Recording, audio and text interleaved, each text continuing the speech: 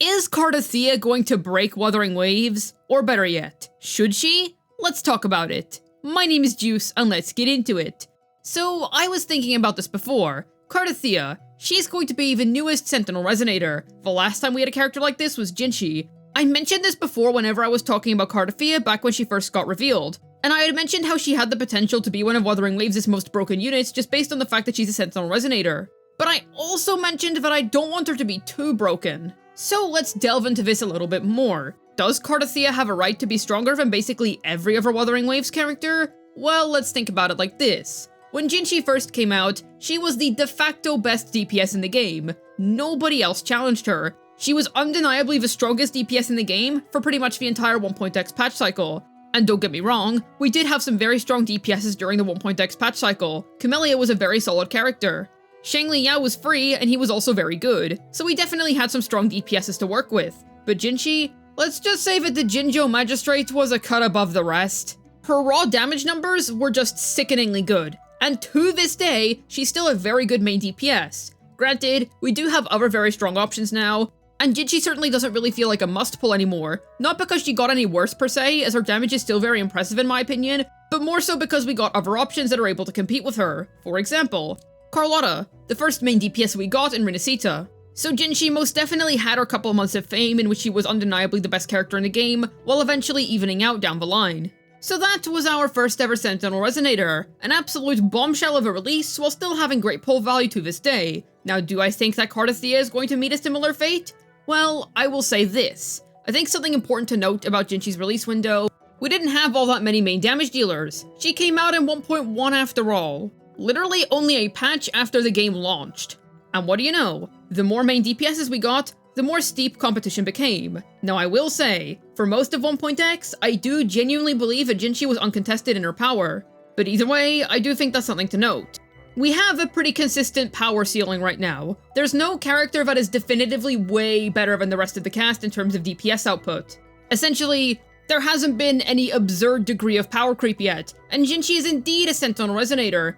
However, despite holding such a lofty and important title, she didn't remain as the damage ceiling for Renacita characters. Units that came out a couple months after her were still allowed to be on her level.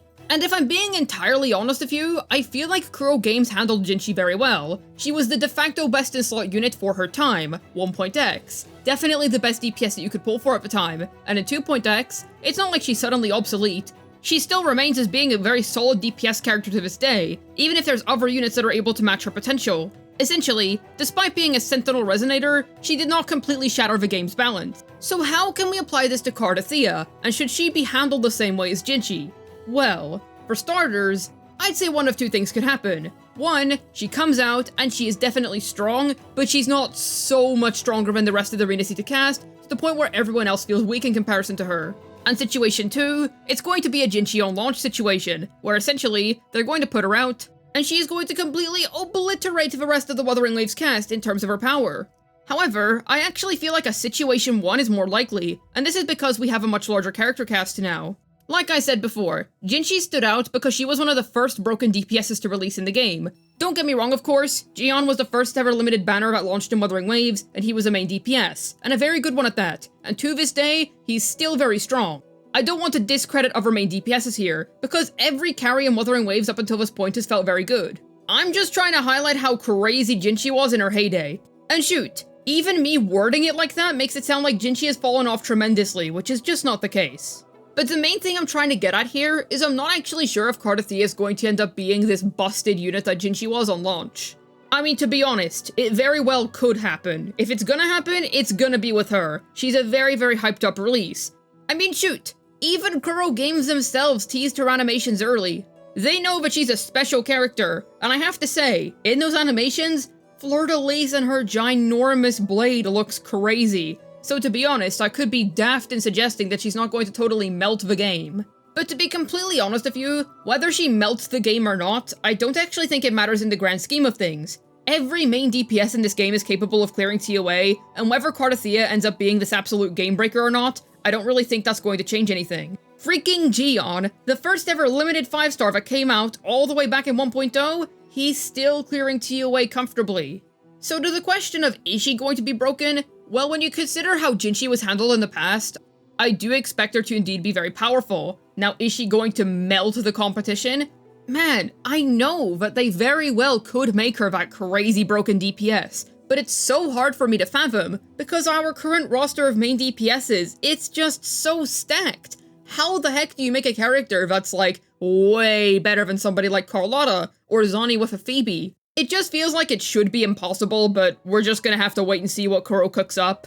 I mean, it's been pretty clearly established at this point that Sentinel Resonator characters, they're the special ones. They're the ones that are just a cut above the rest. But considering how well Jinchi was handled in the long run, I do hope that Kuro is going to be able to handle Cartethyia in a similar way, because I truly do feel like the best of both worlds were achieved. We did indeed get to experience that time period where she was just, whoa, crazy DPS, but she certainly ended up balanced in the long run, at least in my opinion. Now, if she does end up being this crazy stellar broken unit that is just way better than literally every other main DPS that we've gotten up until this point, I'm actually not really gonna have a problem with that, because I'm more so concerned about old units clearing. And old units, they are 100% still clearing. TOA is still very accessible to basically every limited 5-star main carry. And I personally don't think that Cartethia's release is going to change that. Now, unless she sets some absurdly high new damage ceiling, and then endgame scales up to that absurdly high damage ceiling in turn, I think we'll be fine, because Kuro Games doesn't really do that. At least to me, the way they integrated really strong new DPSs into the game has felt very natural up until this point. I'm not sure how many people are still using their Geons, I personally still use mine quite often, and at least in my experience, he doesn't feel worse at all. In fact, he still feels as good as ever, and I think that's awesome. Another interesting thing that I'd like to point out about Cartethyia being our next Sentinel Resonator, we're gonna be able to pin down some patterns with her. If she does end up sharing any similarities with Jinchi's launch, then we're going to be able to sort of pick apart some general themes that are going to be following every Sentinel Resonator's release. Still, something interesting I would like to bring up. Jinchi was designed in a meta where we did not have Whimpering Wastes, whereas Cartethyia is being designed in a meta where we do. I'm not sure how much that's going to influence our kit design whenever we get to see more of it in action. We pretty much only have the crumbs that Kuro Games has left us to go off of at the minute, but I'm actually curious if it's going to be integrated well into your kit. One more thing that I'd like to quickly drop in there. I do hope that Cartethyia is going to end up being a solid enough overworld character, and I'm saying that for a few reasons. Reason number one, listen, Jinchi's nukes are indeed very satisfying, but oh boy are they quite overkill. At least when you're just trying to go about your regular business in the overworld. But okay, Jinchi isn't even the worst of the bunch when it comes to overworld nonsense. Zani, dude, I wish she was better in overworld. But she reminds me why I just do not like using ultimate-based characters in the overworld. It seems like Cartethyia does indeed transform using her Resonance Liberation. I really hope it's not going to be like a Zani situation where if you're not playing her in her ult form, then goodbye damage. Because gosh dang it, what if I don't have enough energy in between enemy encounters? I mean, hey, they could easily circumvent this by just making Fleur-de-Lis's form infinite. I don't know if that's going to be the case or not. I would hope it's the case. I would love to be able to run around as Fleur-de-Lis whenever I want, or just switch to Cartethyia whenever I feel like it. Just pick and choose based on whatever mood I'm in. But if it's a temporary ult form like Zani, then goodness me, I seriously hope that she's still going to be okay in the overworld. Kuro Games, please, as somebody who does care about overworld convenience, let Cartethyia be an okay unit in the overworld at the very least. Either way, I'm very excited for this character if you can't tell. I mean, this is like my third video yapping about her at the minute. I was just thinking, is she going to totally bust this game apart? Because it seems logical. She is the big release of Renacita after all, the second Sentinel Resonator. The special character that even Kuro themselves has teased early.